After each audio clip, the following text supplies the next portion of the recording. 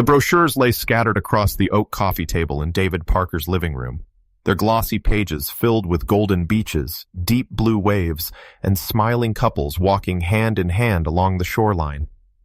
The words Maui Resort shimmered in gold letters across one cover, promising ocean views, private beach access, and fine dining.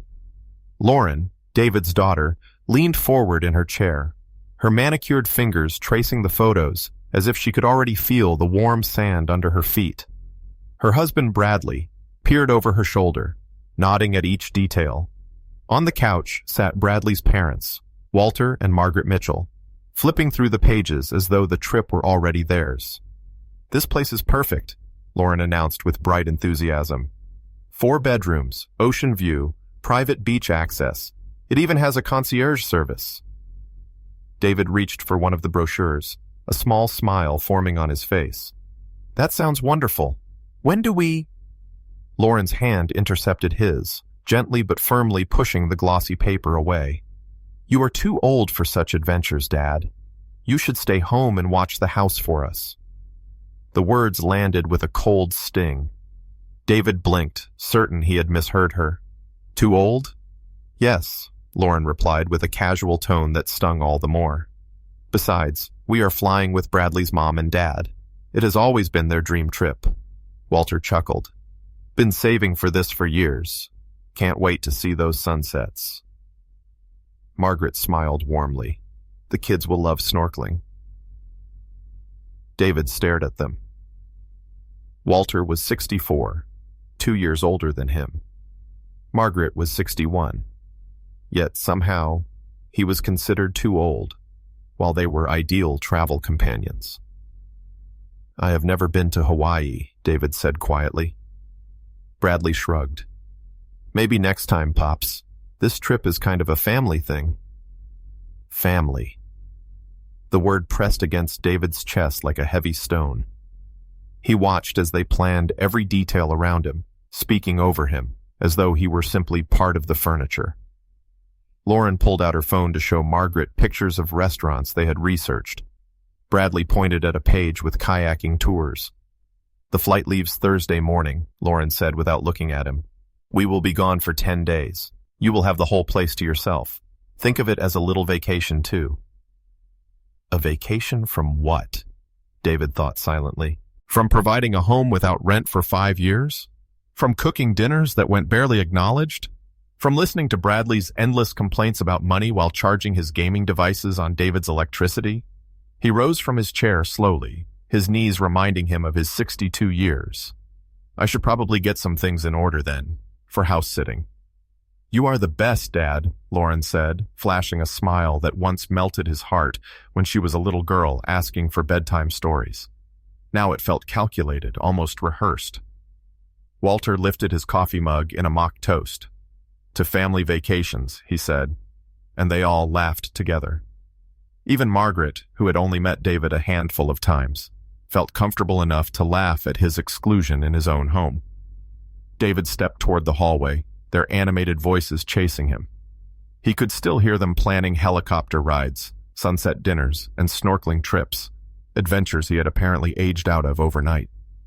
The hardwood floor creaked beneath his feet, just as it had the night he and Sarah, his late wife, danced there on their 30th anniversary. Sarah would never have allowed this. She would have insisted he come along. She would have made it clear that family meant all of them, or none of them. But Sarah had been gone for 5 years now, and David was slowly realizing that the daughter they had raised together saw him very differently than he had imagined. Night settled gently over Maple Street, and the house eased into its usual rhythms. Downstairs, the last of the coffee smell faded from the kitchen, while the ceiling fan turned in slow, steady circles. David sat on the edge of his bed, a mystery novel closed in his lap, the soft lamplight brushing the framed photograph of Sarah on the dresser.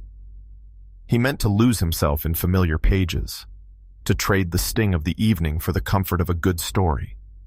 But a rise and fall of voices drifted up through the old heating vent near his feet. The vent had always carried the soundtrack of family life through these rooms. When the grandchildren were small, their laughter would tumble upward like wind chimes, a sound that made the whole house smile. Now the same thin grill sent up words that did not belong to love at all.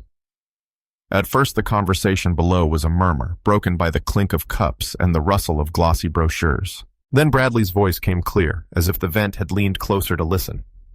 He said they had found a nursing home with an opening, the good kind with organized activities and nice common rooms. Walter asked about a deposit. Margaret answered that $3,000 would hold the room and speed the paperwork.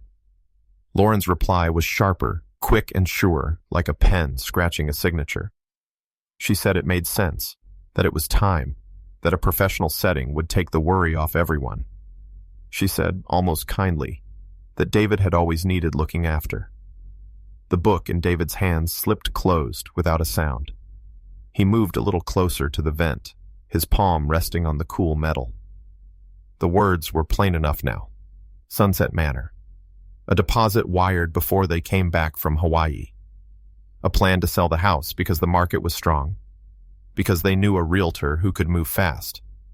Because inheritance should not sit idle in bricks when it could be properly put to use. Zachary Allen's name floated up, followed by expected numbers, by a confident split into 4. The tone below was practical, even cheerful, the way people sound when discussing a new kitchen or a fresh coat of paint. Margaret laughed lightly about how demanding he had become, about how he always wanted to be included. Walter said something about responsibility, about doing what families must do. Bradley asked whether the furniture should be listed or left for staging. Lauren spoke over them, steady and organized, and called David gullible in the same voice she used to ask about dinner plans. Each word fit together like puzzle pieces, a clear picture forming in the dark. 5 years slid across David's mind like pages turning. He saw Bradley on the porch with shoulders slumped and a voice full of rain, telling a story about betting apps and tokens that were supposed to go only up, about a house on the brink of foreclosure, about an infant asleep in a car seat and a second child on the way. He saw Lauren crying in the kitchen, promising that this was temporary, that they would repay every cent, that they only needed a place to breathe. He saw himself opening the door, setting extra plates at the table, making up the spare bedroom, and telling them to rest. He remembered the cost of a new roof when storms came, the quiet signing of checks for medical bills when insurance lapsed, the steady hum of higher utilities when 5 became 1 household. He remembered tracking the numbers in the small notebook Sarah had suggested, each line a little act of faith that the tide would turn. Downstairs, the conversation did not waver. They spoke about timing, about how smoothly the transition would go if everything stayed quiet, about how best to frame the decision so that David would feel grateful. They wanted to avoid upset. They wanted to keep him calm. They wanted to do what needed to be done before he could dig in his heels. They spoke as if he were a matter to be handled, as if the man who had kept this roof over their heads for 5 years were a task on a list to be checked off and forgotten. The house seemed to tilt for an instant, not from any flaw in its frame, but from a change in the air.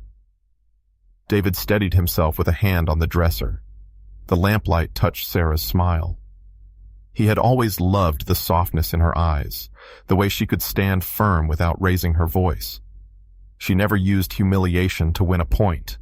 She never confused kindness with weakness. He could almost hear her gentle question now, the one she saved for moments when life turned hard. What would dignity do? He listened again. Margaret named the nursing home. Walter spelled the street. Lauren said she had already spoken with a real estate agent who believed the house could fetch a strong price with minimal updates. Bradley said he would handle the conversation when the time came, and his voice carried an ease he had never found when job hunting. They imagined a future where this address belonged to them, where the proceeds patched the holes in their finances, where the father who had fed and housed them became a recurring fee paid to strangers. A memory rose without asking. The night Sarah and David danced on these hardwood floors to an old song on the radio, their steps small and careful, his palm warm against her back. The house had felt alive, its quiet a secret they shared. That quiet was still here, but the secret had changed. It lived in the vent's thin breath, in words not meant for a man who had once been the center of this home. The change settled in David's chest, cool and clear. He crossed the room and opened the drawer where his notebook lay. Page after page held the math of love. Grocery totals, utility increases, car repairs, gifts for children who had yet to say thank you, promises written in careful curves that never turned into payment. He traced a line with the tip of his finger and felt the steadiness return. Numbers did not lie. They did not flatter or blame. They told the shape of a story with quiet honesty. The numbers now said that kindness had been mistaken for surrender, that generosity had been mistaken for a bottomless well, that a boundary long postponed needed to be drawn in permanent ink. Downstairs, a chair scraped, a door closed. The conversation thinned to footsteps and yawns. David placed the notebook back in the drawer and turned off the lamp. Darkness pressed gently against the windows. In the hallway, the old floor offered its soft, familiar creak. The house was a vessel filled with every version of their lives. It would not tell him what to do. It would not stop him either. He sat on the edge of the bed and let the night breathe. He pictured the brochures on the table, the way the light had turned the water to liquid gold. He pictured the airport, the morning rush, the way people in line thanked the agent with a smile and a patient nod. He pictured a printed sign on a notary's desk, the calm authority of stamped paper, the clean transfer of a deed from one hand to another. He pictured a storage unit with neat rows of labeled boxes, everything in its place, nothing left to chance. He heard Sarah's question again, bright as a bell and soft as a touch. What would dignity do? He knew the answer, and it did not require raised voices or slammed doors. It required clarity. It required a timeline of his own choosing. It required a steady hand and a willingness to be thought hard when all he was being, at last, was fair. He breathed in and out, felt the certainty settle like a stone at the bottom of a clear lake, and allowed the silence to grow thick and kind around him. David sat silent in the dark, but a plan had already begun to form in his mind. Morning arrived soft and pink over Windermere, and the house felt unusually light, as if it already knew it would be quieter by noon. In the kitchen, David rinsed a ceramic mug and set the coffee maker to brew. The familiar scent rose like a small comfort. He placed a clean napkin beneath the mug, a habit Sarah had started because a napkin made everything feel more thoughtful. He could hear Lauren in the hallway, her tone bright and efficient. Bradley dragged a suitcase across the hardwood with the hopeful scrape of wheels. Walter and Margaret compared sunscreen varieties in the living room and spoke about ocean breezes like experts who had been born on the shore. Lauren swept into the kitchen holding printed itineraries. The paper edges were crisp and perfectly aligned. "We leave from Orlando International this morning," she said, tapping the top page. "The flight is at 10:15. We want to be on the road by 8:30 to be safe." She glanced at the counter as if a schedule belonged there beside the salt and pepper. "Dad, while we are gone, please water the plants on the patio every other day. The basil will bolt if it gets neglected in this heat." Bradley leaned against the refrigerator and reached for a banana. "Also," he added, "just keep an eye on the mail. I set up a hold, but you know how things slip through." Walter smiled and raised his travel wallet. "I have our boarding passes and a printed map for the rental car," he announced, pleased with the sturdy weight of planning. Margaret set a tidy list beside David's mug. "We wrote down the service numbers in case anything breaks. Just call and someone will come." David nodded, unhurried. His calm was not a performance. It was a decision. He poured coffee, offered the pot to the others, and smiled when Walter accepted a splash without sugar. The kitchen hum grew cheerful as departure gathered speed. Suitcases lined up in the foyer like soldiers waiting for inspection. Bradley checked the weather in Maui and reported a light breeze and pleasant temperatures. Lauren leaned across the counter to kiss David's cheek and said, "Thank you for watching the house, Dad. We appreciate you." The words were smooth, as if polished for company, but they did not land. They passed through the room like a breeze, harmless and brief. The rideshare app flashed a delay, then a cancellation. Traffic on the interstate was heavy after an early fender bender, the message said. Bradley frowned and pushed at his hair. "Great. Just great. We cannot miss this flight." David set his mug down gently. "I can drive you," he said. "It is no trouble." The relief was instant. Lauren clapped her hands together once. That would be wonderful. We will be out the door in 5 minutes. The drive east on Interstate 4 folded them into the morning rush, a river of headlights and turn signals moving toward the same horizon. Bradley took the passenger seat and tracked the estimated arrival time on his phone while trying not to seem anxious about it. Walter and Margaret spoke softly in the back about the first thing they would do when they saw the ocean. Lauren flicked through a set of photos of the resort, pausing on a shot of a curved pool with a perfect line of loungers. Between highway signs, David asked if anyone needed water. He made a steady lane change and thanked a driver who waved him in. He kept the radio off. The quiet felt respectful, as if the day were large and did not want to be interrupted by noise. At the drop-off, doors opened like little declarations. Bradley unloaded the suitcases and stacked them near the curb with their handles facing outward. Lauren hugged David and smelled faintly of citrus and hairspray. "You are the best," she said, words she had used countless times and would use again. They joined the line of travelers who moved toward the terminal doors. Walter turned for a last wave, a single hand lifted in a salute of polite gratitude. Margaret called out, "Take care of yourself, David. We will bring you something small." David lifted his palm in return. He meant his response. "Drive safely," he said, and watched them disappear into the flow. The air changed when he slid back behind the wheel. It was not freedom exactly. It was clarity. He drove home through a brighter traffic pattern, past a diner where a server refilled coffee without being asked, past a park where early walkers greeted one another with the small courtesy of city neighbors. When he stepped into the kitchen again, the late morning light had shifted. The house held its breath, as if waiting to know what kind of day it would be. He set the car keys on the counter, opened a drawer, and took out the small notebook where he had tracked the math of the last 5 years. He did not need to consult it now. He only needed to feel its familiar weight. He placed it beside the phone. Then he lifted the receiver and dialed a number he had memorized from the night before. "Zachary Allen Realty," said a clear voice on the second ring. "This is Zachary speaking." David introduced himself and kept his voice calm and simple. "I would like to sell my house quickly. I can be available right away for a walkthrough." Zachary did not hesitate. "Where are you located, sir?" "Windermere, near Maple Street," David answered.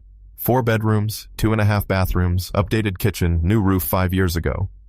Zachary's tone warmed with professional interest. "I can be there within the hour," he said. "We can talk options for a cash close and minimal contingencies if speed is your priority." "That would be helpful," David replied.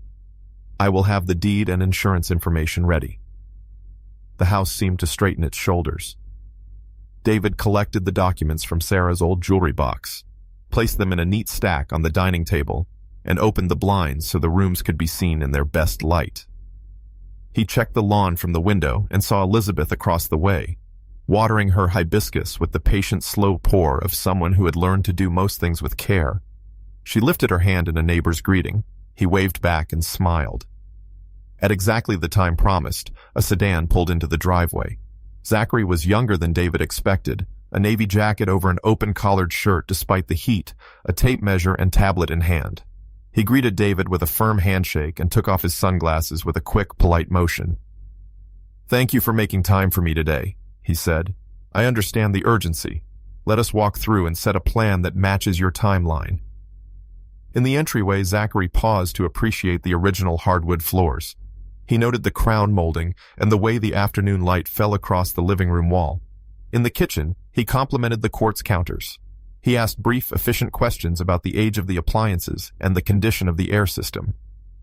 His tone carried no judgment, only a clear focus on getting from first step to last without drama. In the dining room, he explained the path to a quick sale.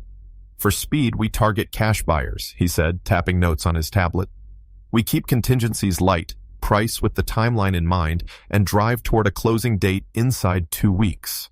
We will need a signed listing agreement and proof of clear title." He slid a form across the table for David to read. "There is always a trade-off between speed and price," he continued. "I will advocate for you. You decide what matters most."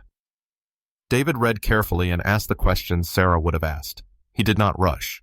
When he signed, he did so with a steady hand that felt older and steadier than the one that had signed mortgage checks and field trip permissions. Zachary gathered the pages, stood, and smiled in a way that did not oversell good news. "I will start calling immediately," he said. "Expect a first showing as early as tomorrow. If a qualified investor likes what he sees, we can move very fast." The front door closed with a quiet click after Zachary left. The house exhaled. David stepped into the living room and looked around. Without the sound of suitcases and layered voices, the space held only the cool shuffle of the ceiling fan and the soft ticking of a wall clock.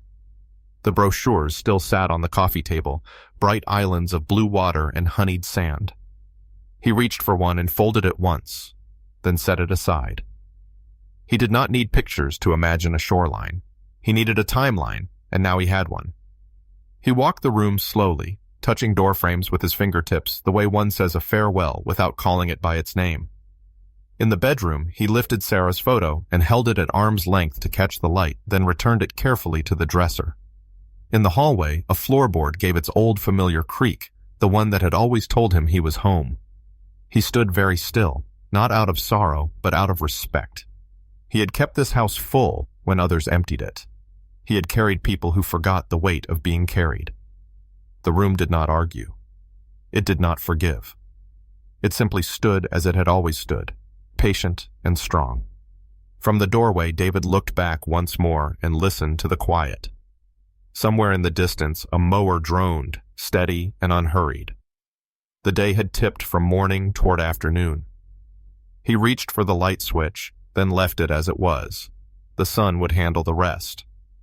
As he closed the door behind him, he knew that from this hour forward the game had changed.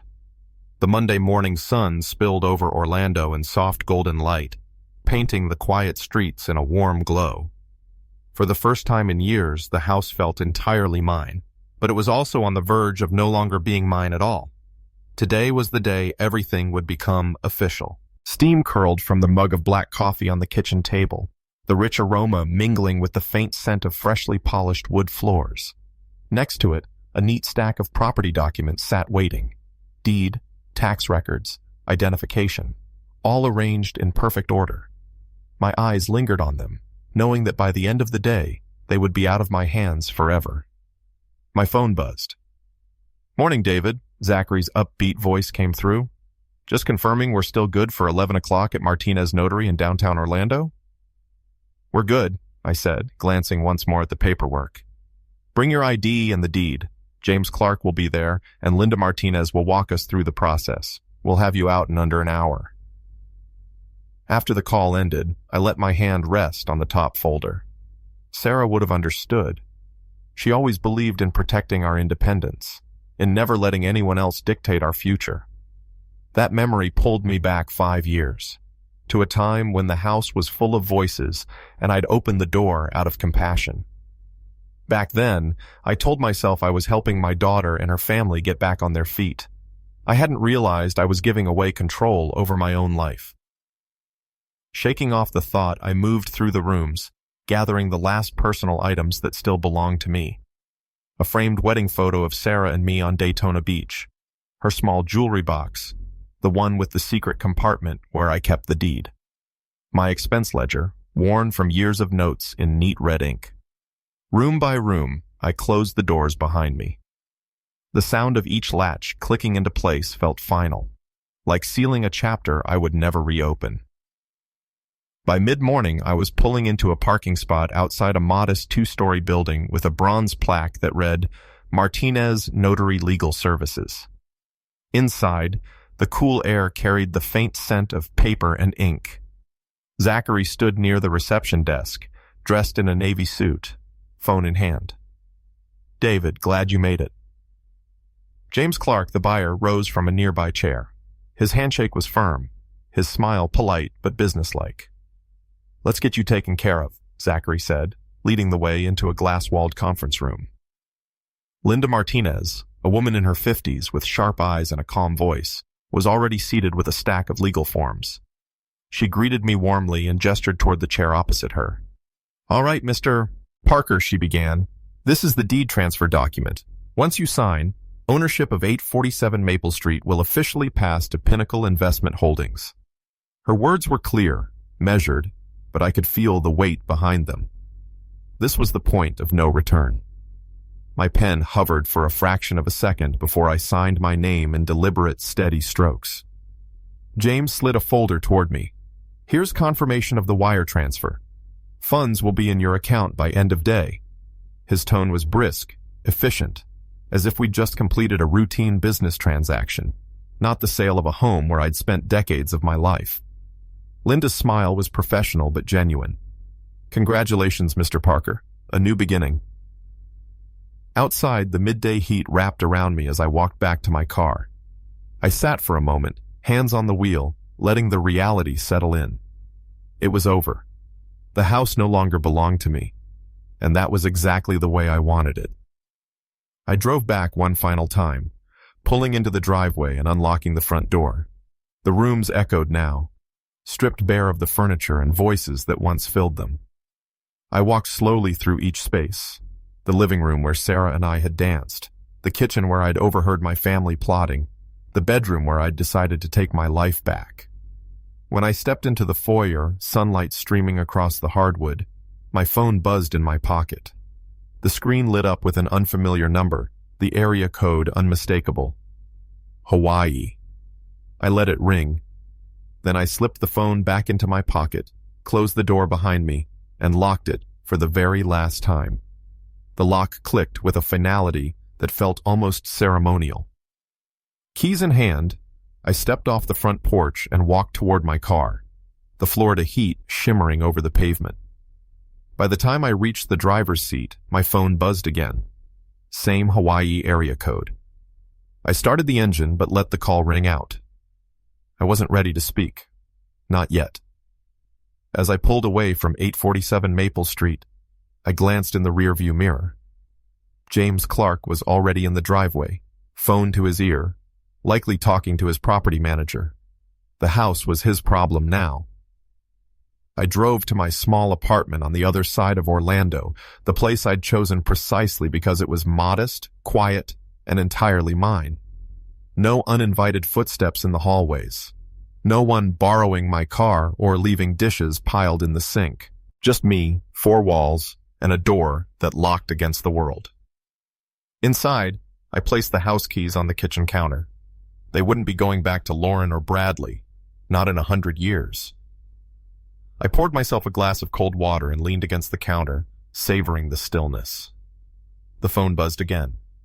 Same number. I answered this time, my voice calm. Hello? Dad, it's me. Lauren's voice was tight, too tight to hide the panic. We just got back to Florida. There are strangers in the house. They said they bought it from you. What's going on? I let a slow pause fill the air. That's correct. The house is sold. You sold it? Her voice cracked. Without telling us? Without telling you? I repeated evenly. Lauren, it's my house. I didn't need to tell you anything. In the background, Bradley's voice erupted. Ask him where our stuff is. Your belongings, I said, are in a storage unit on Colonial Drive. 6 months paid in advance. The manager has the key. This is insane. Bradley's voice cut sharper now, closer to the phone. You can't just... I can, I interrupted, my tone flat. And I did. The line went silent for a moment. Then Margaret's voice came faintly in the background. Ask him where he is. Where are you? Lauren demanded. I smiled, even though she couldn't see it. Let's just say I'm somewhere warm. Somewhere with a better view than my old living room. There was a pause long enough for realization to set in. You're in Hawaii? She asked, her voice breaking between disbelief and outrage. I am, I said simply. Enjoy your hotel. I'm enjoying mine. Before she could respond, I ended the call. The phone buzzed again within seconds, but I turned it face down on the counter and walked to the balcony. The Orlando sunset flared in the distance, streaks of gold and red fading into the darkening sky. For the first time in years, I felt light, not just free of their presence, but free of their control. They had planned my future without me. Now I was living mine without them. Morning light laced the palm fronds outside his window, and the ocean moved with an easy confidence that seemed to match his own. David sat at a small table on the terrace, a modest breakfast set neatly before him, steam rising from a cup of coffee that tasted bright and clean. The resort stirred to life around him in gentle ways, a housekeeper's cart rolling quietly along the walkway below, a concierge offering directions with a courteous smile, the distant chatter of families making plans for the day. He had chosen silence over spectacle. It suited him. He opened his phone and found a new stack of missed calls and messages, each one carrying a different note of urgency. He did not play any of them yet. He gave the morning the first word. When he did listen, it was to Lauren's latest voicemail. The edge in her voice had dulled. She sounded tired, not from flights or jet lag, but from finally meeting a boundary that did not budge. She asked how they could collect their things in a way that worked for everyone. She said they would find another place to stay. She said she was sorry for her tone the day before and that she wanted to understand. David set the phone down and let the sea answer for a while, a long hush that encouraged patience. He poured more coffee and thought about the difference between anger and humility, between someone pressing for control and someone asking for a way forward. He typed slowly, careful with every word. He gave the address of the storage facility and the unit number. He explained that 6 months were already paid and that the manager could provide access. He added one clear sentence that had been years in the making. He said he would not discuss housing or money. He wished them well in finding work and stability and asked that they keep their conversations civil and brief. He did not list grievances or replay old scenes. He did not ask for promises or apologies. He pressed send and felt his breath settle. The day unfolded with the kind of simplicity he had once considered either dull or out of reach. He thanked the server who refilled his water and left a tip with quiet gratitude. He walked a palm-shaded path toward the beach, greeting a gardener in a green cap who was trimming hibiscus near a stone wall. The ocean held its steady color. The breeze carried a briny sweetness that rested low in the chest. None of it was loud. None of it needed to be proved or shared. A boundary is a quiet thing, like a line in soft sand that holds, because the hand that drew it will draw it again if needed. Elizabeth called late in the afternoon, her voice as familiar and reassuring as ever. She asked how he was doing, and laughed softly when he answered that he was eating more fruit than a sensible man should. Then she told him that she had seen Lauren pick up a copy of the storage key from the manager and that the exchange had been polite. No raised voices, no scene on the sidewalk. Just a young woman carrying a new weight with a careful grip. Elizabeth did not ask for details. She did not need a catalog of right and wrong. She asked only if David had everything he needed. He thanked her for watching, for watering her hibiscus with such patient devotion, for being a neighbor in the old-fashioned sense. Before they hung up, he asked about a community garden plot back in Orlando and whether they needed a retired pair of hands come planting season. Elizabeth said they always did. He slept well, the kind of sleep that is not an escape, but a thank you. In the morning, he checked out with a nod to the clerk who printed his receipt with unhurried efficiency. On the flight back, he declined a movie and watched the shape of clouds reshuffle across a blue expanse. He wrote nothing and planned nothing beyond the next right step. He remembered how many times he had been told what his next step should be. The difference being that this time the next step would be his. Orlando greeted him with sun and a ribbon of cars moving at a courtesy jog along the parkway. At Baldwin Park, his apartment waited with the light left off and the blinds tilted just so. He set his bag down and placed Sarah's photo on the shelf where it belonged, the same spot he had cleared with his hand on that first evening weeks ago. He set a bowl on the counter and put 2 oranges in it, a small, still life that made the little kitchen feel more like a place for beginnings than leftovers. He walked to the window, watched a neighbor clip a leash onto a terrier with the solemn focus that small dogs often inspire, and waved when the neighbor glanced up. A wave in return, nothing grand, just the kind of exchange that says a life has room for other lives without taking anything away. As the evening settled in, he took a slow walk around Lake Baldwin, the path wide enough for strollers and joggers, and the occasional pair of friends talking with their heads tilted close. A heron stood at the water's edge with the patience of a clock. Children on bicycles chimed their bells and said "excuse me" with the proud manners of new riders. The world did not move away from him. It made room. He found a bench and sat, watching the light soften toward amber and then toward a deeper blue. When he rose, it was with a quiet readiness rather than an agenda. Back home, he set his phone on the table and opened the expense notebook. The pages recorded 5 years of generosity and drift, each line a story told in the lightest ink. He did not read them now. He turned to a fresh page and wrote one final entry in careful script. Storage paid through 6 months. Boundaries set. Peace in place. He closed the cover and rested his hand on it for a moment, not as a guard, but as a blessing. Then he slid the notebook into a drawer that no longer held old roles for him to play. Instead of a confrontation, he chose a boundary. No more funding, no more manipulation, only a calm and final line that restored his self-respect and left the door open to better behavior should it come someday without demand. He turned off the lamp and let the room hold its shape in the dusk. Outside, a porch light clicked on across the courtyard, and a voice called a good night to someone heading upstairs. He returned to the table with one small task left. He opened the notebook again, wrote the date neatly on the line beneath his last note, and added 2 words. The first was "thank you," for lessons learned and for time returned. The second was enough. He closed the notebook for good and looked ahead to a different kind of page, the kind that does not need a ledger and does not carry any debt. The day had folded into a quiet evening, the kind that rests easily on a person's shoulders.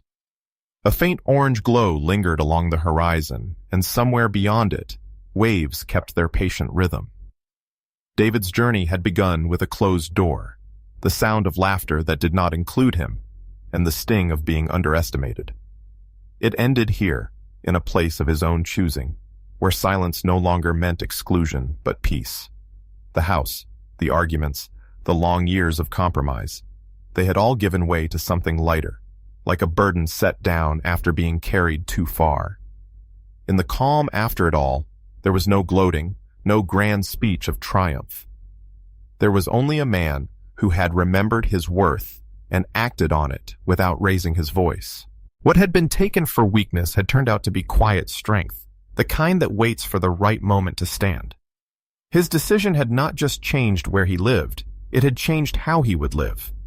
The same hands that once opened the door for those who would push him aside had now closed it with intention and opened another toward a future he owned entirely.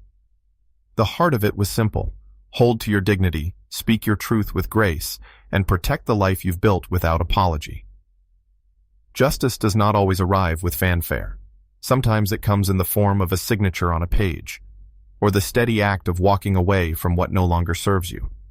Like a lighthouse that never shouts its presence yet keeps its beam steady, quiet resolve can guide you through the darkest waters and into safer shores. In the span of a few weeks, David had shown that the one others discounted could be the one holding the final say. For those listening, perhaps you have known a time when you were overlooked, when your years of giving seemed invisible to those who took without thanks. Maybe you have been told your season had passed, that your role was to stand still while others moved forward. If so, take from this story the truth that no one's value fades simply because it is ignored. We each carry the right to draw our own lines, to decide when enough is enough, and to step toward the life that fits the person we've become. So tonight, as you think about David's quiet stand, let it remind you of your own strength, whether it has been tested or is still waiting for its moment. And if this story has warmed something in you, consider passing that warmth along to someone who needs it. You never know who might be standing just beyond the edge of the light, waiting to be seen.